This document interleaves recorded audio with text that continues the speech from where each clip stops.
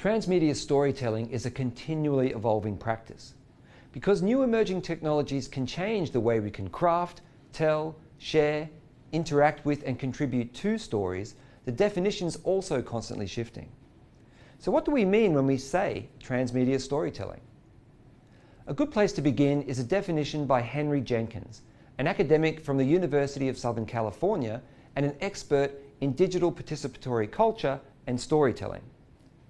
Jenkins defines transmedia storytelling as a process where integral elements of a fiction get dispersed systematically across multiple delivery channels for the purpose of creating a unified and coordinated entertainment experience.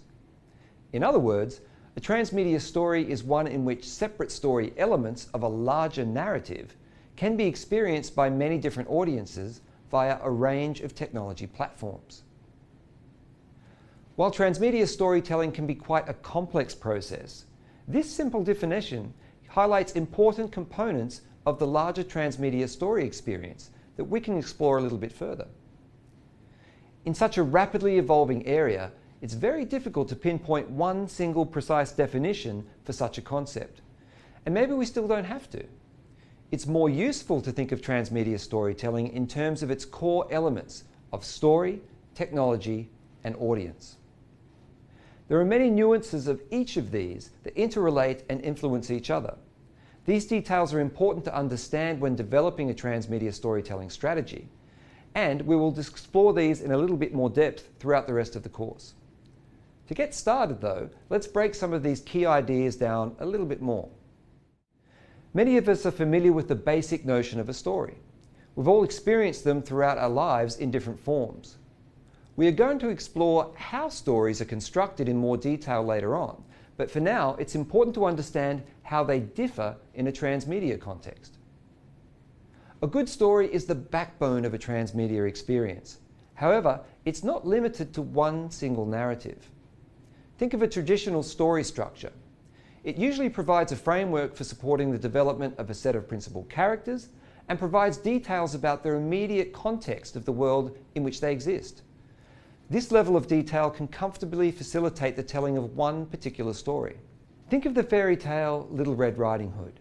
Within this story, the main characters are Red Riding Hood, Grandma, the Wolf, and the Hunter. The story focuses on how the wolf distracts Little Red Riding Hood on a way to Grandma's house so he can get there, eat the old lady, dress in her clothes, and lie in wait for her to arrive. But the hunter saves the day in the end. We might all be familiar with the central story, but have you ever thought about the wider world in which the characters live? The place beyond the immediate events? In this world, the rules are a little bit different to our own. Animals act like humans and they can talk. There are scary forests where people fear to tread, and there's a world where a person can be cut from inside an animal after being eaten and emerge whole and unhurt. In such a world, there are many more possibilities, many more characters, many more potential stories that are just waiting to be told. The unique events in the original story imply a different reality than we experience in our own world, one with clear and distinct rules, distinct enough that if you saw them used in a different story, you'd probably recognize it as belonging to the larger world of Little Red Riding Hood. A transmedia story experience works on this concept. The story world is the spine from which infinite new stories or aspects of the main narrative can be created, shared, and added to. All separate, complete stories in their own right, but all following the same rules of reality that make them clearly belong to a larger, more complex, common central world. For example, instead of telling the same story about Little Red Riding Hood across different media, a transmedia approach may involve many distinct stories from the larger world that Red Riding Hood comes from, all told in different ways. They could focus upon other unknown characters or events, like the untold story of the wolf's childhood, for example, or maybe a tale about other talking animals who are persecuted by humans in retaliation for the wolf's crime. Each of these stories could be enjoyed as a standalone experience, but each should have enough common conceptual hooks to enable them to make sense collectively. They should all fit cohesively together, or feel like they belong in the same overall story framework according to the common rules of the world that we're talking about. Experiencing distinct stories that fit within a larger shared world is a type of seriality. We're used to this when we watch a TV series, for example. We consume a larger narrative gradually, one episode at a time. The larger plot is progressively built from a series of linear, sequential events. Seriality is different in a transmedia context. We don't have to experience one story sequentially.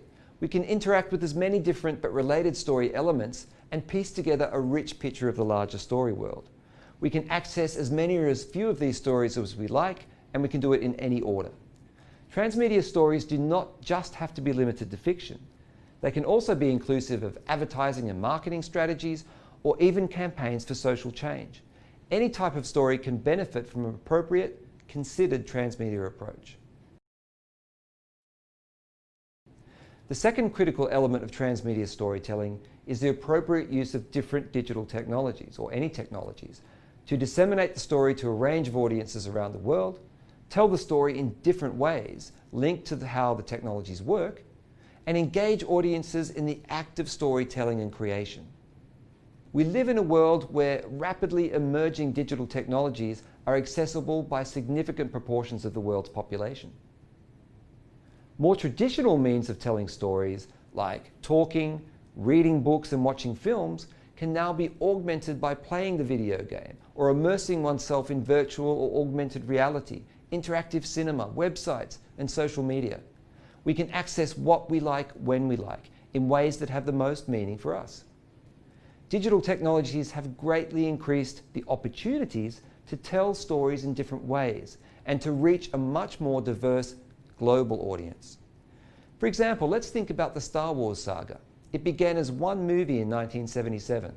Everyone who watched this film experienced the story in exactly the same way, from beginning to end in a linear manner. Since then, Star Wars has evolved to become a huge, complex, rich world that continues to spawn new movies, books, and comics that tell many new stories, each of them not necessarily sharing the same characters or the plot lines that are depicted in the movies.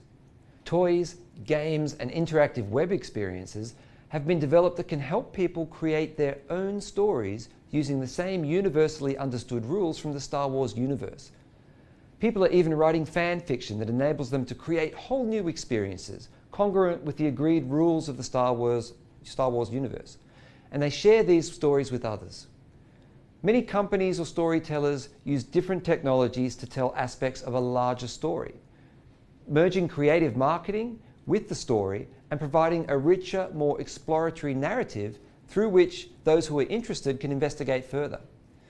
The internet and social media are used to spread excitement and engage audiences in story arcs before a movie is even released, creating anticipation, speculation, and a sense of inclusiveness in something that's larger than that original story. Online communities have evolved with members who are dedicated to the exploration and discussion of little-known facts, character histories, and alternate storylines. Connecting like-minded people through technology encourages new types of engagement in story by piecing together scraps of the larger narrative through investigation of websites, gossip, interviews, and press releases. Each of these technological platforms has enabled a different type of story creation, one where we can share, tell, and engage in the experience. Every platform can offer a new dimension to the basic story, expanding it and providing new nuance, detail, and opportunities for experiencing and learning about the larger story world. The third crucial element to transmedia storytelling is the audience. Every story needs someone to hear it, see it, experience it, evolve it, share it, and perpetuate it. We live in what Henry Jenkins calls a convergence culture, in which old and new media intersect, where grassroots and corporate media collide, where the power of the media producer and the power of the consumer interact in unpredictable ways.